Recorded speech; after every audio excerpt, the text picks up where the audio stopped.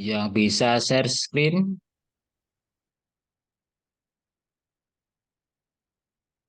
Ya, silakan.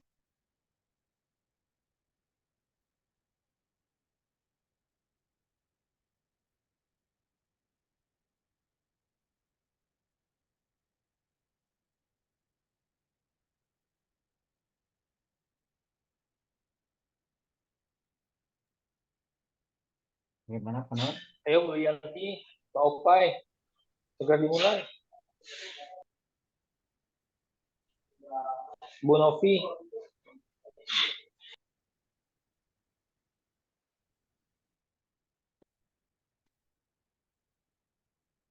tolong nanti dibantu share screen ya, belum belum masuk.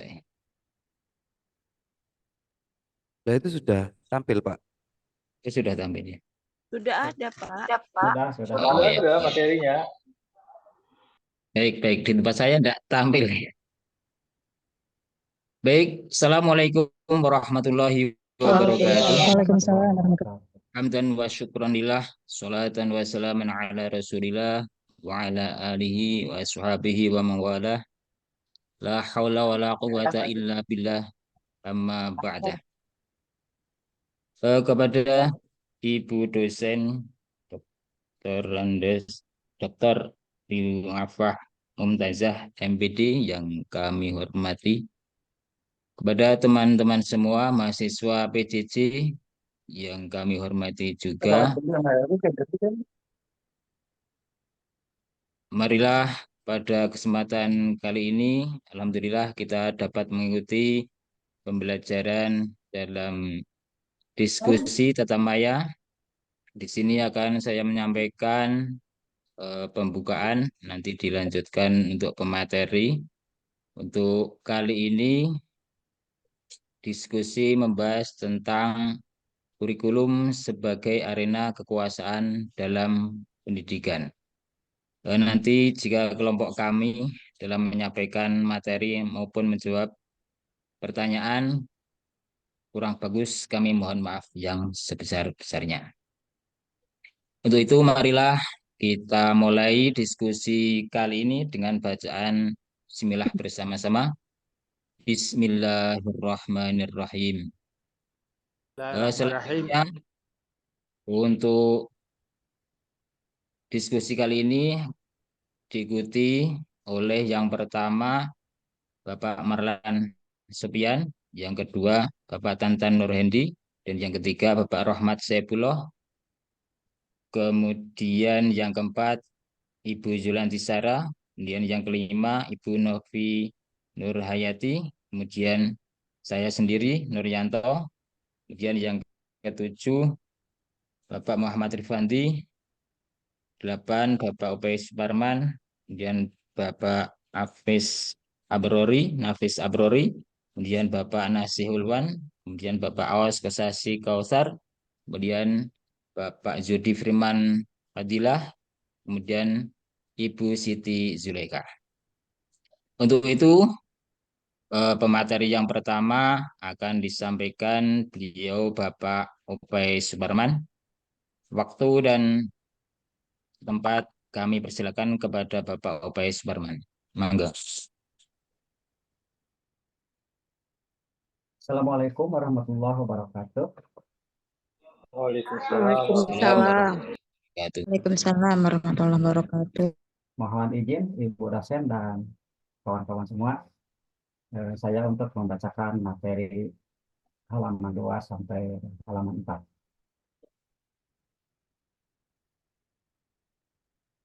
Kurikulum sebagai arena kekuasaan dalam pendidikan. Pendidikan sebagai proses pengembangan manusia tidak dapat dilepaskan dari peran kurikulum sebagai landasan dasar dalam pengembangan.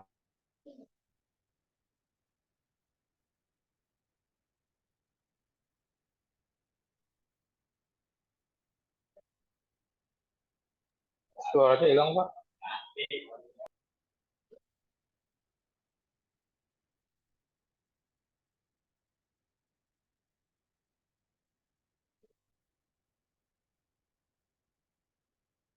Halo, suaranya hilang, Pak. Oke.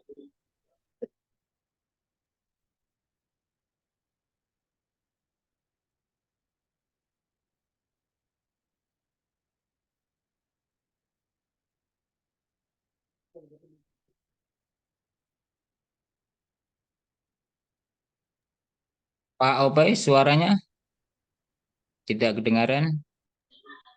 Hilang malah. Screenshotnya mana? Screen presentasinya hilang nih.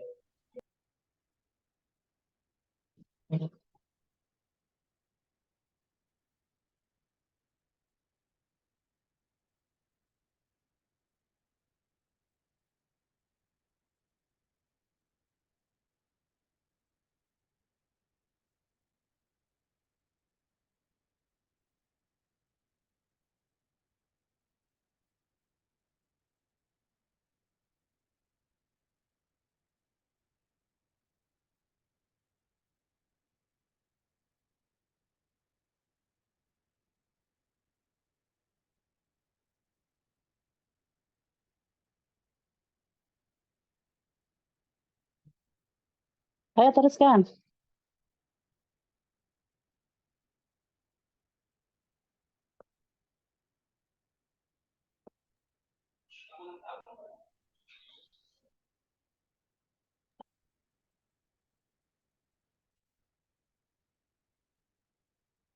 Pak Opay, Ya, atau bisa dilanjut Pak ya, Tantan ya, Nurhenti. silakan.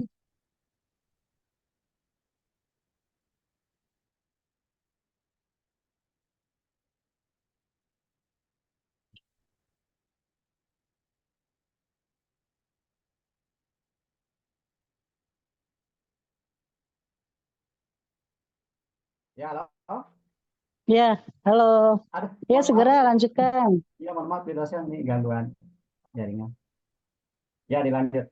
Kekuasaan dalam kurikulum. Kekuasaan dalam kurikulum dapat dilihat dari beberapa aspek. Yang pertama, kekuasaan dapat ditemukan dalam proses pengembangan kurikulum, di mana kurikulum dibuat dan disusun oleh pihak-pihak yang berwenang, seperti pemerintah, lembaga pendidikan, atau guru-guru. Dalam proses ini, kekuasaan dapat digunakan untuk menentukan apa yang akan dipelajari, bagaimana materi dipelajari, dan siapa yang akan mempelajari. Yang kedua, kekuasaan dapat ditemukan dalam implementasi kurikulum, di mana guru-guru dan siswa harus mengikuti kurikulum yang telah disusun. Guru-guru memiliki kekuasaan dalam mengajar dan siswa-siswa memiliki kekuasaan dalam memilih bagaimana mereka mempelajari. Yang ketiga, kekuasaan dapat ditemukan dalam evaluasi kurikulum, di mana keberhasilan kurikulum dipertanyakan dan diperbaiki. Dalam proses ini, kekuasaan dapat digunakan untuk menentukan apa yang berfungsi dan apa yang tidak berfungsi dalam kurikulum. Untuk selanjutnya mungkin bisa disambung sama Pak Tanta. Silahkan Pak Izin Tantan. siap, siap, Pak. Izin melanjutkan. Apakah suara ada kedengaran, Pak? Ada apa? Ada. Ada. Ya, izin melanjutkan materi selanjutnya, yaitu model-model pengembangan kurikulum. Dalam pengembangan kurikulum, terdapat beberapa model yang dapat digunakan. Beberapa model tersebut antara lain, satu, model administratif atau line staff. Model ini menggunakan prosedur garis staff atau garis komando, dari atas ke bawah atau top down. Inisiatif perkembangan kurikulum berasal dari pejabat tinggi, kemudian secara struktural dilaksanakan di tingkat bawah model pengembangan kurikulum. Yang kedua, model grassroots. Model ini berada di tangan guru-guru sebagai pelaksana kurikulum di sekolah, baik yang bersumber dari satu sekolah maupun dari berbagai sekolah sekaligus. Model ini dilaksanakan oleh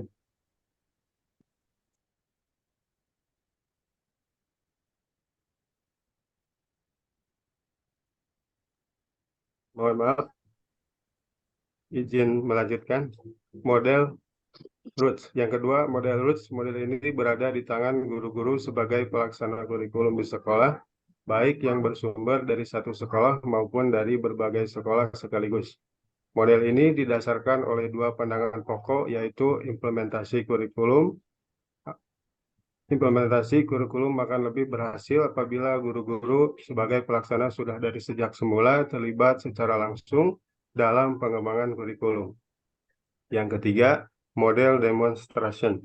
Model ini dikembangkan oleh memperkenalkan suatu inovasi kurikulum dalam skala kecil.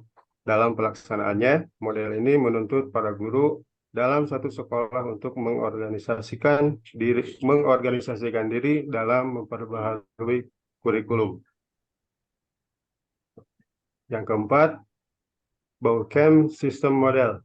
Model ini dikembangkan oleh Bauckham, seorang ahli kurikulum sistem yang diformulasikan oleh Bauckham mengemukakan adanya 5 langkah kritis dalam mengambil keputusan pengembangan kurikulum, yaitu menentukan arena pengembangan kurikulum, memilih dan mengikutsertakan pengembangan kurikulum, pengorganisasian dan penentuan prosedur perencanaan kurikulum, pelaksanaan kurikulum secara sistematis, dan evaluasi kurikulum.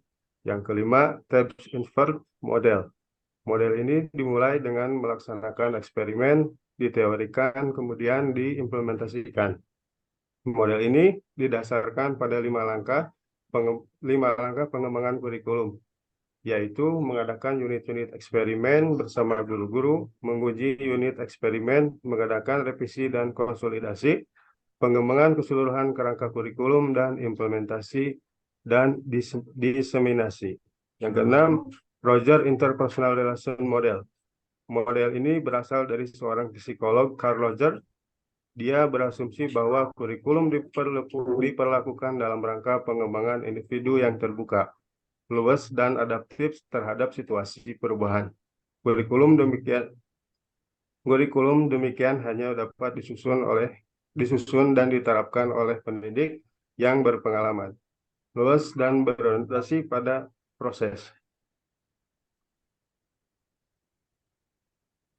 Implikasi kekuasaan dalam kurikulum. Implikasi kekuasaan dalam kurikulum dapat dilihat dari beberapa aspek. Yang pertama, kekuasaan dapat digunakan untuk menentukan apa yang akan dipelajari dan bagaimana materi dipelajari. Yang kedua, kekuasaan dapat digunakan untuk menentukan siapa yang akan mempelajari dan bagaimana mereka mempelajari. Yang ketiga, kekuasaan dapat digunakan untuk menentukan apa yang berfungsi dan apa yang tidak berfungsi dalam kurikulum. Selanjutnya, kesimpulan. Kurikulum sebagai arena kekuasaan dalam pendidikan memiliki implikasi yang signifikan terhadap proses pendidikan. Kekuasaan dapat digunakan untuk menentukan apa yang akan dipelajari, bagaimana materi dipelajari, siapa yang akan mempelajari, dan apa yang berfungsi dan apa yang tidak berfungsi dalam kurikulum. Dalam pengembangan kurikulum, beberapa model dapat digunakan seperti model administratif, model grassroots, model demonstrasi, Bauckham System Model, Tabas Invert Model, dan Rogers Interpersonal Relation Model. Dalam makalah ini kita telah melihat bagaimana kekuasaan dapat digunakan dalam kurikulum dan implikasinya terhadap proses pendidikan. Sekian materi yang dibacakan. Terima kasih. Dilanjut, Pak Moderator. Baik, terima kasih kami ucapkan kepada Bapak Upay Subarman dan Bapak Tantan Nurhendi yang telah memaparkan diskusi pada kali ini. Untuk selanjutnya dari kelompok kami, apakah masih ada yang perlu ditambahi? Monggo kami persilahkan untuk satu kelompok. Mungkin ada yang kurang kemarin. Silahkan.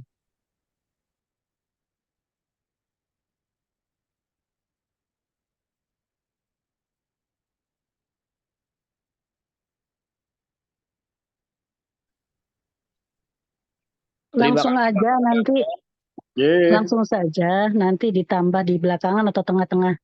Kalau misalnya ada kekurangan, ada penambahan. Ya, baik, Ibu. Terima kasih. Untuk selanjutnya akan kami berikan termin yang pertama untuk 2 pertanyaan. Atau mungkin ada tambahan juga. Silahkan, Iya, kami Pak. persilahkan Pak kepada para Moderator. mahasiswa. Ya, Iya, Pak. baik. Saya mau nanya, Pak. Pertanyaannya sangat singkat ya. Mudah bisa sepenuhnya bermanfaat juga pertanyaan ini. Dari materi yang sampaikan oleh Bapak tadi, pertanyaannya adalah apakah sih dampak atau implikasi dari perubahan kurikulum dalam peningkatan kualitas pendidikan di Indonesia? Apa dampak atau implikasi dari perubahan-perubahan kurikulum di Indonesia dalam peningkatan kualitas pendidikan di Indonesia? Terima kasih, Pak. Terima kasih Bapak Zaki atas pertanyaannya. Langsung dijawab atau dua pertanyaan ya? Silahkan, boleh bertanya dua orang ya. Saya Pak Nur.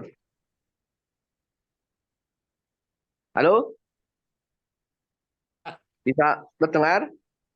Terdengar jelas Pak. Terima kasih. Saya tergelitik dengan judul presentasi yang teman-teman sajikan pada sore hari ini, yaitu bahwa kurikulum sebagai sumber kekuasaan. Itu maksudnya apa? Maksudnya apa kok kurikulum sebagai sumber kekuasaan? Itu yang dimaksud bagaimana? Karena kita tahu bahwa kurikulum itu adalah bukan sebagai ajang kekuasaan, tapi kurikulum itu adalah panduan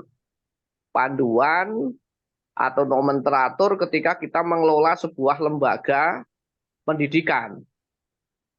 Maka di situ harus ada kurikulum sebagai panduannya supaya pendidikannya itu tidak liar. Artinya tidak bebas begitu. Tapi ada panduan, ada rel-rel, ada kode etik yang harus dilaksanakan, ada panduan-panduan yang harus dilaksanakan sehingga jelas di situ. Ya, yang dimaksud kekuasaannya itu di mana? Seperti halnya sekarang. Sekarang itu ketika kita melaksanakan asesmen, itu kita diberi kebebasan seluas-luasnya. Boleh berbasis kertas, boleh berbasis komputer, boleh tidak mengadakan asesmen, bisa menggunakan portofolio atau menggunakan tagihan proyek. Itu artinya kita diberi kebebasan seluas-luasnya. Tidak dikekang oleh kekuasaan. Nah, ini saya ingin ingin mendapat kejelasan yang menjadi latar belakang atau menjadi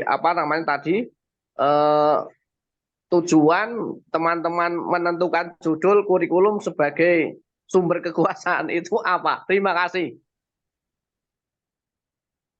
Baik Pak, terima kasih atas pertanyaan. Mohon izin untuk mengulang dari pertanyaan Bapak Zaki tadi, bahwa apa dampak dari implikasi kurikulum kekuasaan dalam pendidikan ya Pak ya.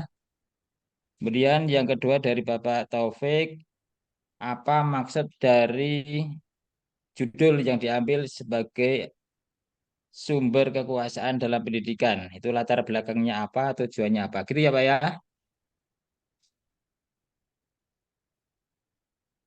Untuk Iya, Pak. teman-teman, kami persilahkan, monggo, siapa yang ingin menanggapi, monggo.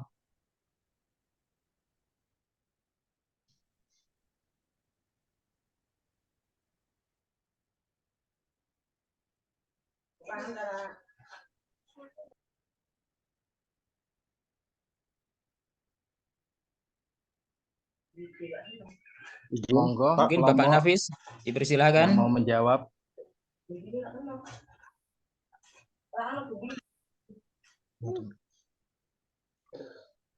Mohon izin Pak Nuryanto. Monggo, monggo.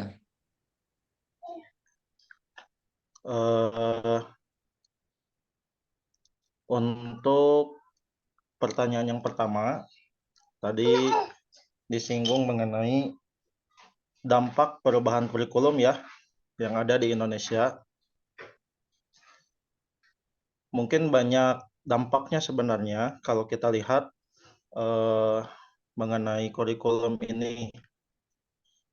Saya menyimpulkan ada 3 sisi dampak yang mungkin bisa kita ambil. Yang pertama, kurikulum itu bisa meningkatkan kualitas pendidikan dan penyesuaian menyesuaikan kurikulum tersebut dengan kebutuhan masyarakat dan industri. Yang kedua, perubahan kurikulum itu bisa meningkatkan juga kemampuan guru-guru di sekolah.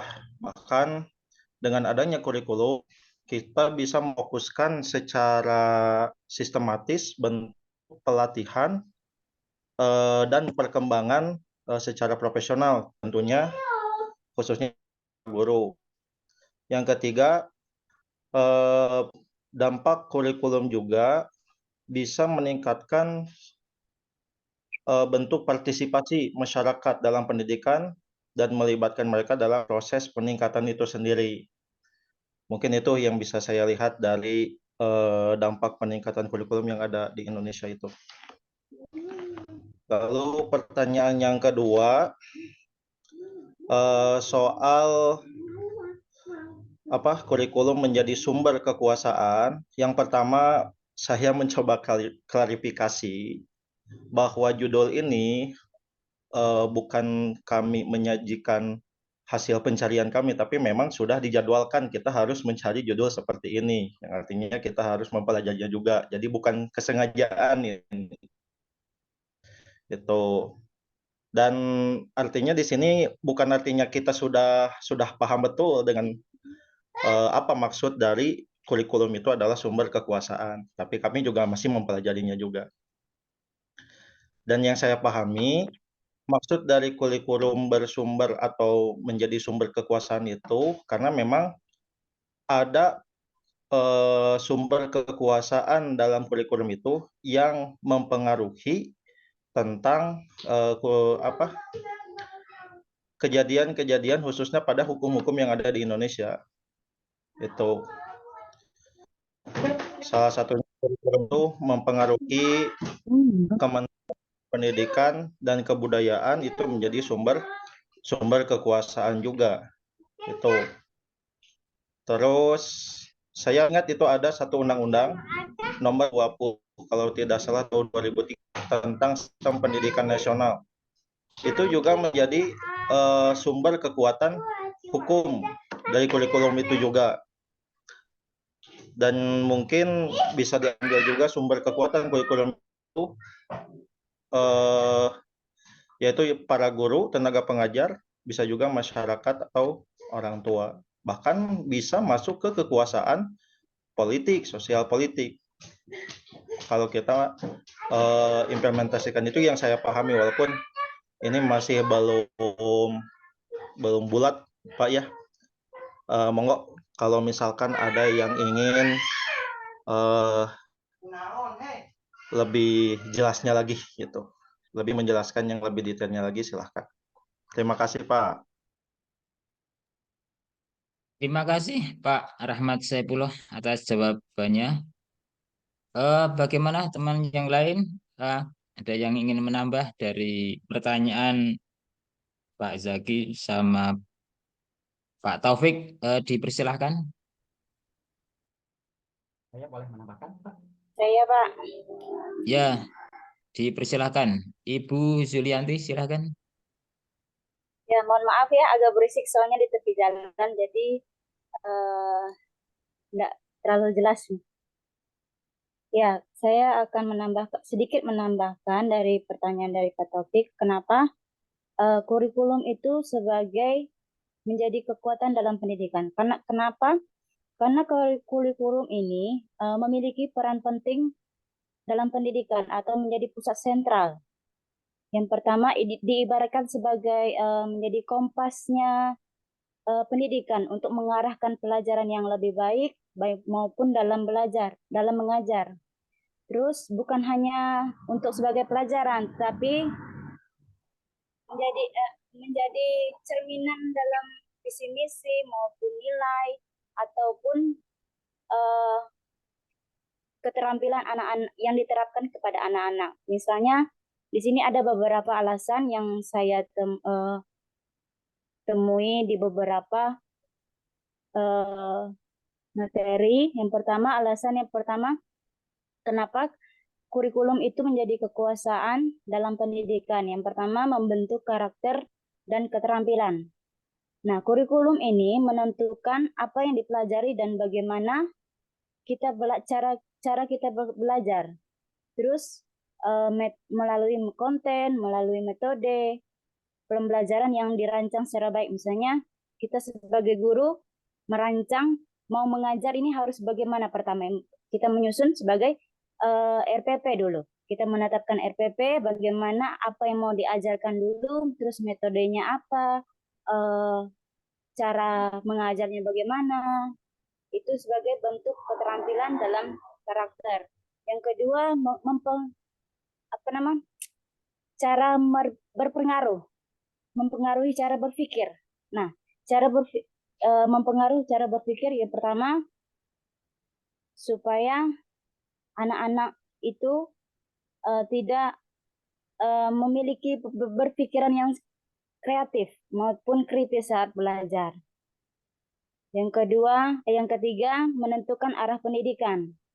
Kurikulum itu menjadi landasan bagi sistem pendidikan mulai dari perencanaan, pembelajaran, penilaian hingga pengembangan profesionalisme guru itu ditetapkan menjadikan satu tujuan dalam pendidikan. Nah, itu saja yang sedikit saya sampaikan untuk menambah dari pertanyaan Pak Taufik. Apabila ada kesalahan ataupun kata-kata yang kurang tepat, mohon dimaafkan. Ya, itu saja. Assalamualaikum. Waalaikumsalam warahmatullahi. Terima kasih Ibu Zulianti Sarah. Baik, untuk Bapak Zaki sama Bapak Taufik, bagaimana atas jawabannya? Mangga, atau Ya, ada yang lain? Oke, saya sedikit menyampaikan tadi jawaban dari Pak Tantan ya tentang dampak dari pergantian kurikulum. Ada kaitannya dengan kekuasaan kurikulum tadi yang dijelaskan oleh teman-teman. Tapi kenyataannya bahwa selama ini dengan perubahan kurikulum itu kualitas pendidikan di Indonesia kalau boleh dibilang tak kunjung naik lah gitu ya, tak kunjung berubah, ya stagnan lah. Itu yang saya amati dari beberapa kurikulum yang pernah kita laksanakan di dalam dunia pendidikan kita di sini. Nyatanya stagnan gitu, kualitas pendidikan ya begini-begini aja gitu. Itu yang perlu kita amati juga. Jadi sebenarnya perubahan kurikulum itu apakah sudah nyata gitu untuk menaikkan kualitas atau hanya cuma kurikulum yang ada di Indonesia cuma faktor politis saja gitu di pemerintahan, seperti itu ya. Jadi perlu kita amati juga berkaitan dengan kekuasaan kurikulum yang tadi sudah dijelaskan. Terima kasih. Saya juga ingin menambahi. Baik, Ingin dipersilakan, menambahi, Ibu. ya, kenapa kurikulum menjadi kekuasaan? Itu bisa saja terjadi, terutama ketika orang-orang yang melibatkan diri dalam kurikulum itu memasukkan nilai-nilai dan ideologi mereka ke dalam pengambilan keputusan, sehingga akhirnya mau tidak mau akan terungkap di situ, akan didapat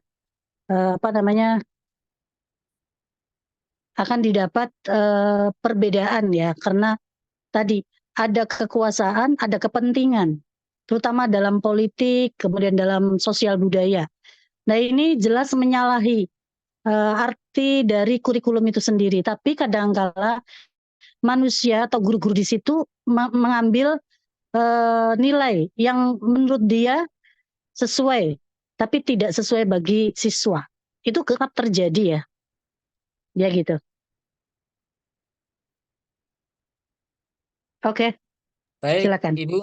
Baik, Ibu. Terima kasih. Monggo dari Bapak Zaki tadi dipersilahkan. Ada tambahan dari yang lain? Monggo.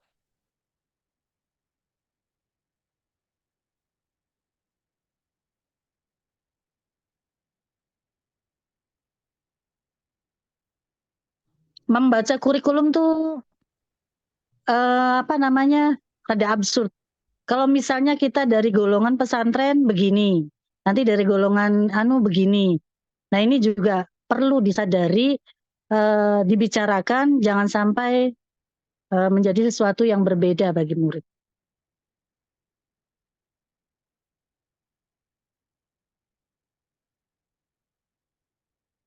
Silakan, siapa lagi? Atau Bu, Ibu, Iya, atau silakan. karena perubahan kurikulum itulah yang apa namanya tadi salah cara memahami, cara memandang tentang kurikulum itu yang berbeda-beda, sehingga kualitas pendidikan di Indonesia mungkin hanya di beberapa wilayah saja yang meningkat gitu ya.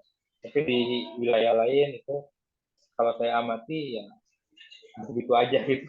Tidak ada peningkatan yang signifikan dalam merubah kualitas pendidikan di Indonesia. Karena ini berkaitan dengan kekuasaan kurikulum seperti itu. Iya, betul. Mungkin di berbagai daerah beda-beda ya pemberian pengertian kurikulum itu sendiri, padahal tujuannya kan awalnya tidak begitu. Tapi karena daerah yang satu dengan daerah yang lain pasti mempunyai perbedaan. Maka ya itu tadi terjadi kericuhan di nilai-nilai ideologi dan politik.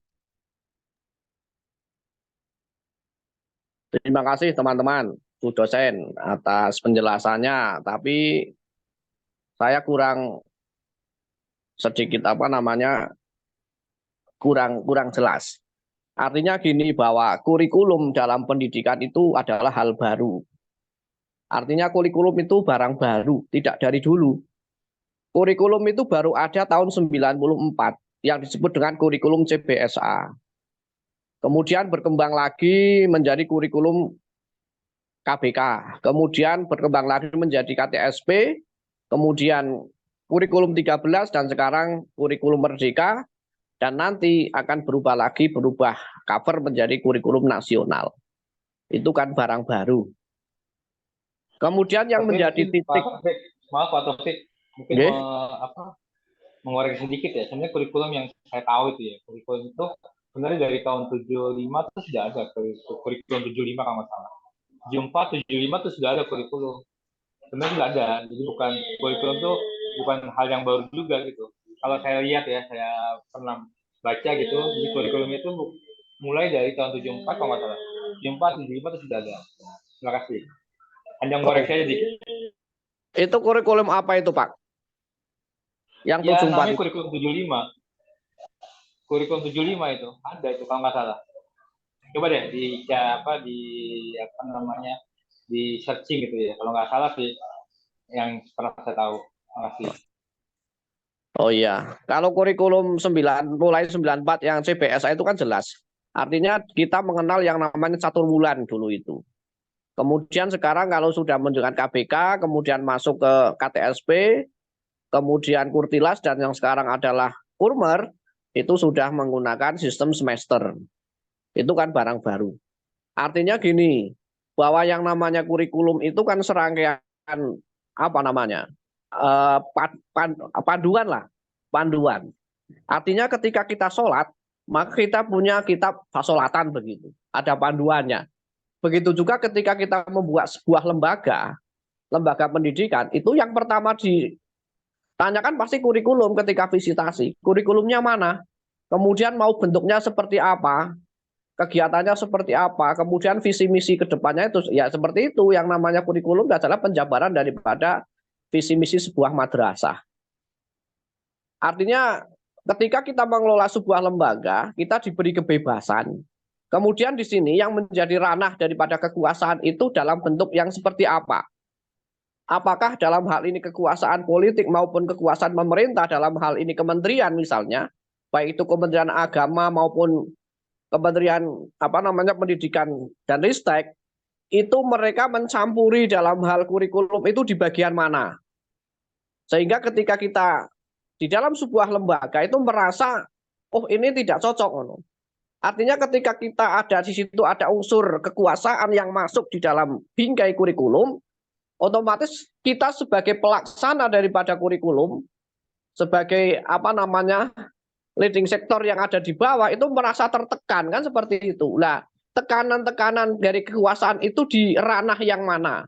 Apakah hanya di ranah ideologi itu bentuknya seperti apa? Kemudian kalau di ranah-ranah politik itu yang bentuknya seperti apa? Seperti itu sebagai perbaikan kita ke depan. Artinya hari ini, sore ini kita harus menemukan formula agar kita ketika kita mengelola sebuah pendidikan, kita benar-benar terbebas dari pengaruh-pengaruh yang bersifat negatif. Dalam artinya adalah kekuasaan yang hanya mementingkan kepentingan sendiri atau kepentingan proyek atau retail dan sebagainya. Terima kasih teman-teman. Izin menanggapi. Ya, Dipersilakan. silakan Pak Nur. Pak Nur dulu lah. Untuk kurikulum, mohon maaf, koreksi kalau salah, itu awal lahirnya itu 47. Jadi pertama itu namanya Ya, betul Pak. Rencana Pelajaran 47. 47 betul, betul. Ya, itu berkembang, terus ada perbaikan-perbaikan sampai terakhir kurikulum 13 dan kurikulum merdeka itu. Terkait kekuasaan dalam kurikulum. Yang dimaksud kekuasaan dalam kurikulum sepemahaman saya, itu bukan kekuasaan yang semacam kayak sisipan parpol atau apa itu. Jadi kekuasaan dalam kurikulum itu adalah kuasa guru dalam menentukan metode apa yang dipakai untuk menjabarkan kurikulum tersebut. Jadi kuasa guru dalam menafsirkan kurikulum, kuasa guru dalam memilih metode pengajaran, terus kuasa guru dalam menilai siswa itu dari guru.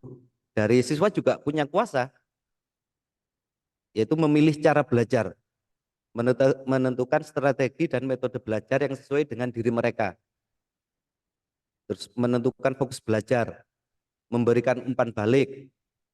Itu adalah kuasa-kuasa yang sepemahaman saya ada dalam kurikulum. Jadi bukan kuasa-kuasa yang semacam kuasa pemerintah atau kuasa parpol dalam menyisipi kurikulum tersebut. Koreksi kalau salah. Assalamualaikum. Waalaikumsalam warahmatullahi. Baik, terima kasih. Terima kasih ya. Pak, coba saya mau menambahi sebentar. Ya, dipersilakan Pak. Gini, masalah Kang Topik ini, Pak Yai Topik ini. Coba tadi ada ya di slide nomor 3, itu coba dibuka lagi Pak Opay. Jadi yang dimaksud dengan kekuasaan itu dapat dilihat dari beberapa aspek itu, yang seperti yang disampaikan oleh Pak Nurholis. Itu iya, kekuasaan di situ bermakna yaitu kekuasaan dalam melakukan atau implementasi atau menjalankan kurikulum tersebut gitu. Coba tadi ya lebih jelasnya coba dibuka slide-nya lagi, ya nomor 3 itu. Di situ slide nomor 3 disebutkan pertama, kekuasaan dapat ditemukan dalam proses pengembangan kurikulum gitu kan. Jadi pengembangan kurikulum ini menjadi kekuasaan siapa gitu, disusun oleh pihak-pihak yang berwenang seperti pemerintah, lembaga pendidikan. Terus lagi kedua, kekuasaan dapat ditemukan dalam implementasi kurikulum di mana guru-guru siswa harus mengikuti kurikulum yang telah disusun gitu. Jadi di slide tadi itu sudah dijelaskan gitu. Maksud dari kekuasaan. Jadi judulnya kan kurikulum sebagai arena kekuasaan dalam pendidikan, gitu kan ya? Halo, dengaran enggak iki? Iya. Dengar Pak? Iya, betul Pak, betul. Betul Pak. Jelas, Pak. Soalnya sinyal lemah ini. Ya mohon maaf ini enggak saya muka saya enggak kelihatan karena memang lemah sekali. Belum beli Starlink ini. Jadi masih enggak begitu kuat sinyalnya. Begitu Kang Topik ya. Jadi mungkin jenengan bisa baca lagi itu kekuasaan yang dimaksud dalam babakan ini ya. Pembahasan kekuasaan dalam kurikulum ini bisa dilihat dari beberapa aspeknya gitu. Nathan, jadi untuk Pak Zaki tadi ya, apa sih peningkatan kurikulum kok berubah-berubah gitu? Ya inilah kelemahan apa ya? Karena kurikulum belum matang sudah diganti lagi, belum matang sudah diganti lagi gitu. Jadi ini mungkin menjadi sebuah kelemahan. Jadi kita Kurtila saja belum sepenuhnya bisa dilakukan 100%, udah ganti Kumer gitu kan. Ini juga merepotkan sekali karena tidak membackup semua. Pemerintah juga tidak menyediakan itu fasilitas, terutama bagi madrasah swasta itu yang tidak di backup, itu jarang sekali di backup pemerintah itu. Jadi untuk melakukan penyesuaian kurikulum itu sangat apa ya, intinya itu minim ya, sangat minim. Apa penyesuaian lagi gitu loh. Apa sih bahasa Jawa nih, bahasa Indonesia nih, harus menyesuaikan kembali gitu. Jadi repotnya di situ Pak Zaki. Maka Pak Zaki melihat tidak ada peningkatan itu ya benar-benar saja gitu. Karena kita juga sebagai guru gitu, cara ngajarnya ya sama. Entah itu Kurtilah, entah itu Kumer gitu, ya sama aja. Iya, sama aja. Sama aja. itu gimana juga kan, pusing juga. Tapi pemerintah juga aslinya sudah ngasih pelatihan-pelatihan gitu. Kelihatannya kalau saya lihat guru-guru yang bersertifikasi itu mereka sibuk dengan apa namanya, pintar itu loh, apa sih, untuk memperoleh piagam-piagam atau apa sertifikat itu. Saya lihat mereka itu hanya apa ya, tidak menyimak gitu. Sertifikat saja. Iya, tidak menyimak. Terus kualitas pembelajaran. Parahnya lagi itu jawaban sudah ada kuncinya gitu. Nah itu soal dari jawabannya gitu ya. Iya, tinggal klik-klik saja gitu kan. Memang dibiarkan ya videonya baca sendiri gitu, nanti soal tinggal garap ada kuncinya gitu. Nah, bagaimana mau meningkatkan gitu kan kualitas semacam itu. Jadi untuk Kang Taufik tadi ya, coba slide ketiga itu dibaca. Bukan itu maksudnya Gus Nafis, bukan itu. Pribon. Kalau terkait dengan slide itu iya. Sekarang saya tanya jenengan Gus Nafis. Di madrasah jenengan terkait dengan pembelian buku itu ada intervensi atau tidak dari Kementerian Agama? Harus mengikuti KMA sekian atau tidak? Terkait dengan buku PAI dan bahasa Arab. Pembelian, Pak? Ya. Ada intervensi tidak dari kantor terkait dengan pembelian buku PAI dan bahasa Arab harus mengikuti KMA sekian, kemudian dikoordinir oleh KKM misalnya. Di situ ada tidak? Di tempat jenengan? Kalau gini ya, kalau di tempat saya memang kurikulum kan sebagai asas atau dasar gitu kan. Cuma untuk pengembangan ilmu yang disesuaikan dengan siswa-siswanya gitu, untuk kalangan di Jepara ya khususnya, itu memang didiskusikan oleh para guru MGMP gitu. Jadi untuk madrasah yang mengikuti KKM 01 atau 02 gitu, mereka yang 01 ini berbeda, Pak. Nah, ini di sini yang dimaksud intervensinya itu di sini. Sebenarnya nggak boleh. Kalau kita mengacu pada aturan, misalnya kemarin katakanlah kita asesmen madrasah, itu tidak boleh dikoordinir oleh K3M atau KKM, nggak boleh, itu harus mandiri. Harus dilaksanakan oleh madrasah itu sendiri, tidak boleh kemudian dikoordinir oleh KKM. Kalau di dinas itu kopnya sudah beda. Mungkin kalau di tempat jenengan antara misalnya di dikoordinir sama yang membuat beberapa sekolahan lewat MGMP begitu. Ya. Itu sebenarnya kalau kita mengacu pada aturan juknis yang ada sekarang itu tidak diperbolehkan. Nah, itulah intervensinya di situ. Lah bagaimana ketika ada intervensi kekuasaan dalam hal kurikulum maupun pendidikan, kita selaku orang yang ada di yang notabene sudah menerima mata pelajaran sosiologi pendidikan itu bisa menghalau itu supaya dalam hal pendidikan benar-benar merdeka.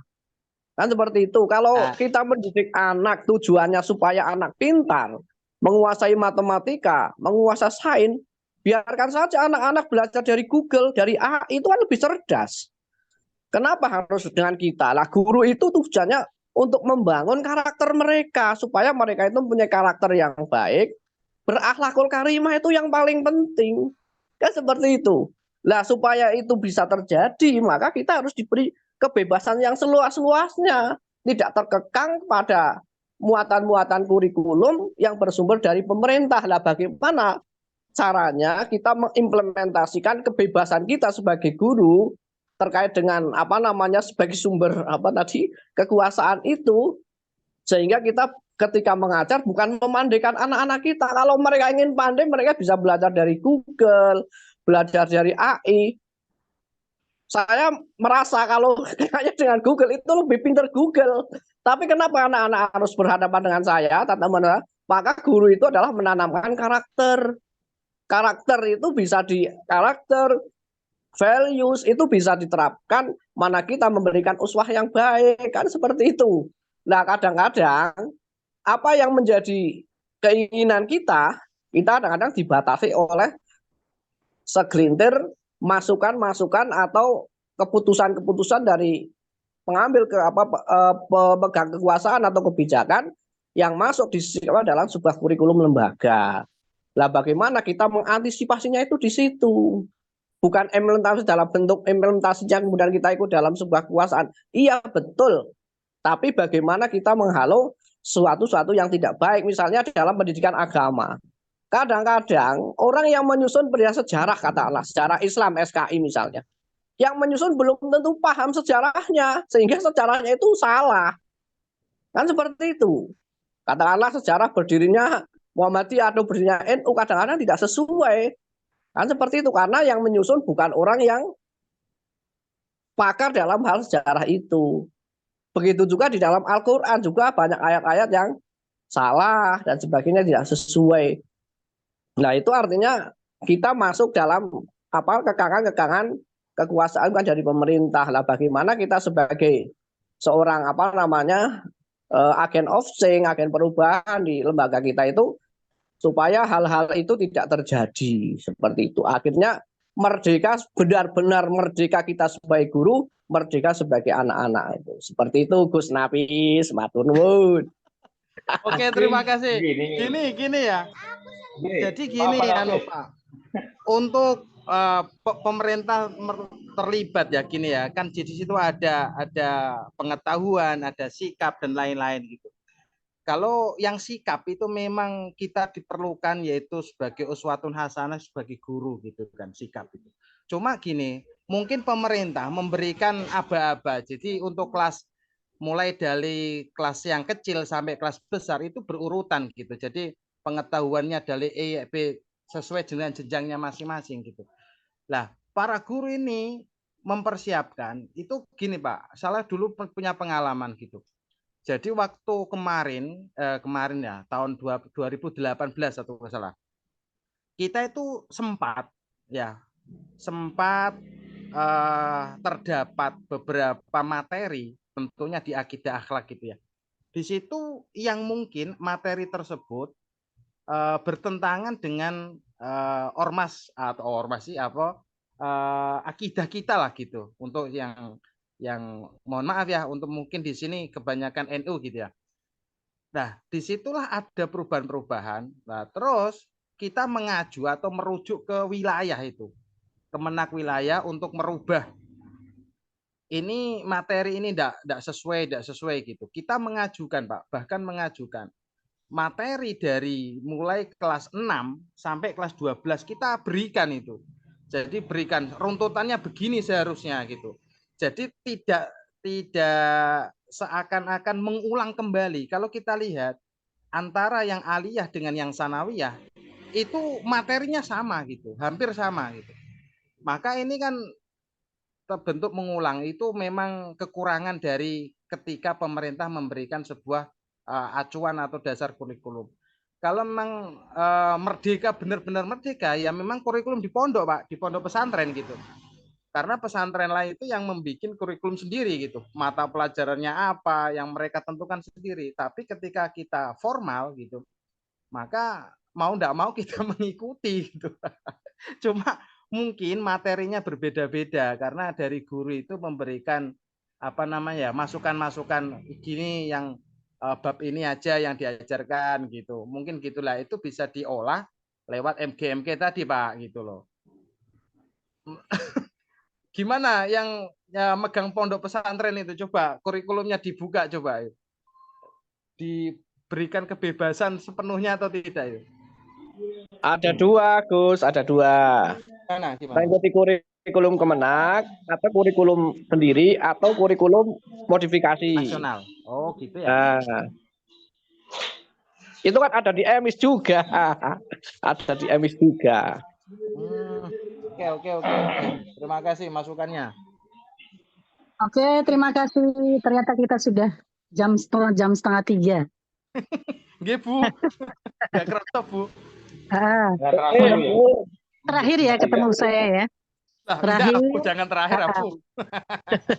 Besok. Lagi seru-serunya, Ibu. Lagi seru-serunya ini. Bagus banget ya, padahal sih. Udah nanti jadi PR aja di rumah. Moga-moga apa yang dipelajari bersama-sama dari pertemuan ke-7 sampai sekarang 6 kali pertemuan mendapat manfaat ya, Mas Lahat. Amin. Kira-kira Amin. apa yang menjadi PR kita ketika bertanya tidak terjawab atau kurang, moga-moga nanti dituntaskan. Kemudian semuanya yang ikut PJJ ini ada 31 ya? Ada berapa? 37. 43, Bu. 43 orang. Oh, tapi nggak pernah sampai 43 ya? Iya. Nggak pernah sampai 43. Iya. Iya. Moga-moga kalian serius belajarnya. Nanti menghadapi TS. Menghadapi itu kira-kira hasilnya baik. Nanti disimpan di Google Drive. Gmail.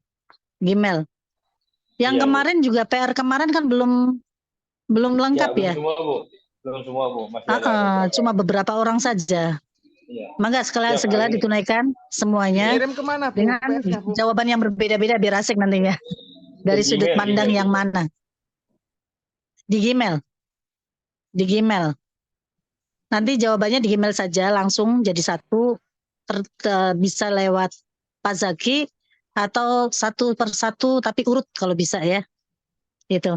Terima kasih. Assalamualaikum warahmatullahi wabarakatuh. Waalaikumsalam warahmatullahi wabarakatuh. Absennya, Mangga. Terima kasih ya. Absen terakhir. Terima kasih, Bu. Iya, silakan. Saya tutup dulu ya. Terima kasih untuk hari ini, diskusinya sangat menarik sekali. Sebenarnya masih banyak yang akan ditanyakan oleh Bapak Ibu ya. Namun ingat waktu terbatas. Ya, akhiri ya. Terima kasih. Karena itu marilah kita tutup dengan bacaan kafaratul masjid. Subhanakallahumma wa bihamdika asyhadu an la ilaha illa anta astaghfiruka wa atubu ilaik. Dari kami selaku moderator banyak kesalahan. Mohon maaf yang sebesar-besarnya. Kami akhiri. Wassalamualaikum warahmatullahi wabarakatuh.